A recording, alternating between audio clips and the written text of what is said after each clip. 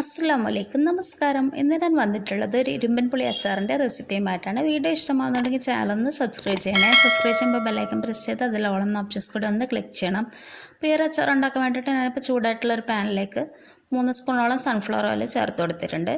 ഇത് ചൂടായി കഴിഞ്ഞാൽ നമുക്കിതിലേക്ക് കടുക് ചേർത്ത് കൊടുക്കാം. കടുക് ഒന്ന് പൊട്ടി വരുന്ന സമയത്ത് ഉലുവ കൂടി ചേർത്ത് കൊടുക്കും. ഉലുവ വളരെ കുറച്ച് മാത്രം ചേർത്താൽ മതി. പിന്നെ അതിനുശേഷം ഞാനിതിലേക്ക് ഒരു ചെറിയ കഷ്ണം ഇഞ്ചി ചോപ്പ് ചെയ്തത്, അതുപോലെ തന്നെ 10-12 അല്ലി വെളുത്തുള്ളി ചോപ്പ് ചെയ്തിട്ടുള്ളത്, പിന്നെ 2 പച്ചമുളകും കുറച്ച് കറിവേപ്പിലയും ചേർത്ത് കൊടുക്കുന്നുണ്ട്. ഇത് ചെറിയ ഫ്ലെയിമിൽ നല്ലോണം ഒന്ന് വഴറ്റി കൊടുക്കണം.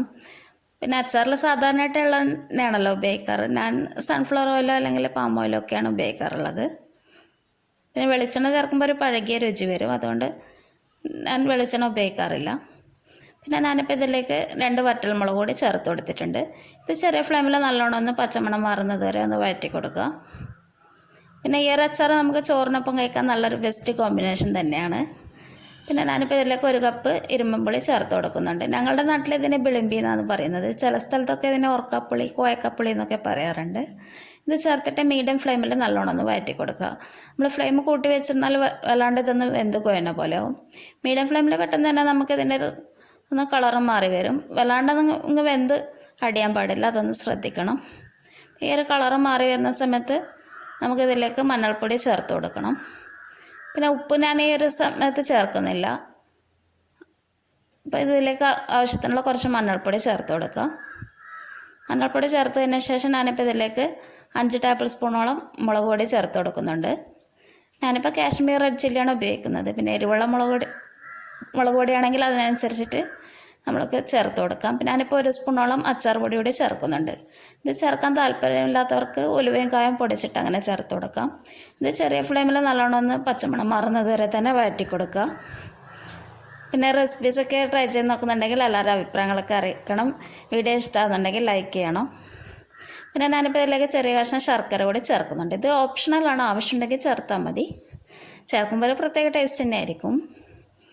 പിന്നെ ഞാനിപ്പോൾ ഇതിലേക്ക് 3/4 ഗ്ലാസ്സോളം തിളച്ചുകൊണ്ടിരിക്കുന്ന വെള്ളം ചേർക്കുന്നുണ്ട്.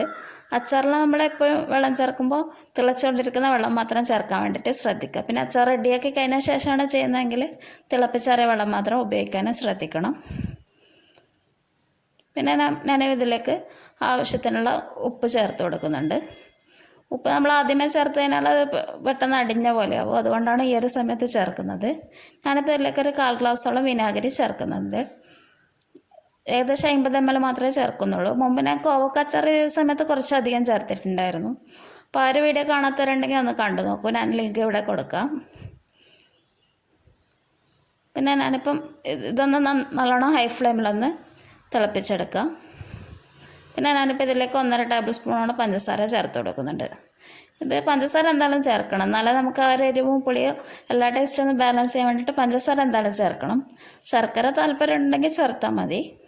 ഇത് ചേർത്തിട്ട് നല്ലോണം ഒന്ന് ഹൈ ഫ്ലെയിമിൽ തിളപ്പിച്ചെടുക്കുക.